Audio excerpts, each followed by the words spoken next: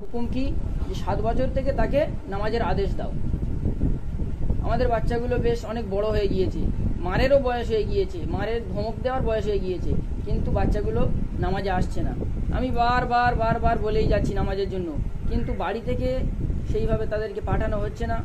আমি যে কদিন চাপ দিই, যে কদিন বলি, যে কদিন বুঝাই, সেই কদিন ওরা আসে, বাকি টাইম আর আসে না।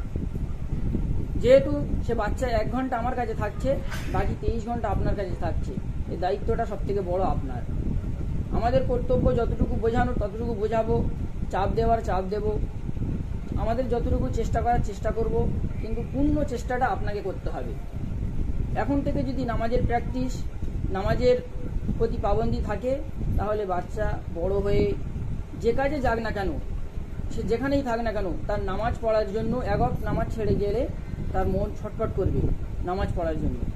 সেই জন্য এখন থেকে বাচ্চাকে যদি সৎ বানাতে হয়, তাহলে নামাজের উপদেশ দিতে হবে।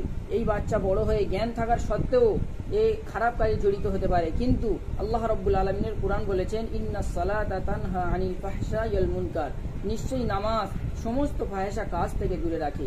এই বাচ্চা যদি ছোট থেকে নামাজের প্রতি পাবন্দি হয়, নামাজের প্রতি যত্নবান হয়, তাহলে এই বড় হয়ে খারাপ কাজে লিপ্ত হলেও কিন্তু এই একদিন এই নামাজের কারণে আল্লাহ রাব্বুল আলামিন তাকে খারাপ কাজ থেকে বাঁচিয়ে নেবেন।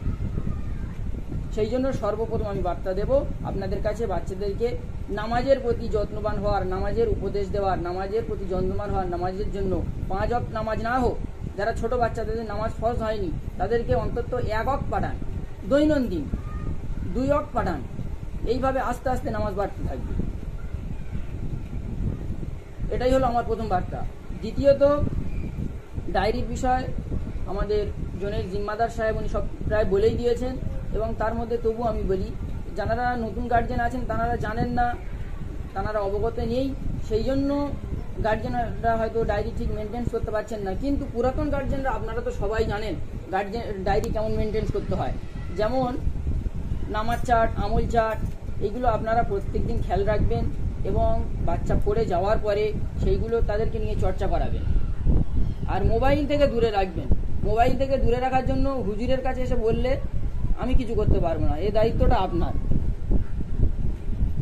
এবং উর্দু যে লেখাটা আছে, উর্দু লেখাটা আপনি বাড়িতে বসে করাবেন। বাচ্চারা আমি দেখছি করে আনতে বললে ওরা এখানে এসে 15 মিনিট 20 মিনিট আগে এসে বসে এখানে করছি।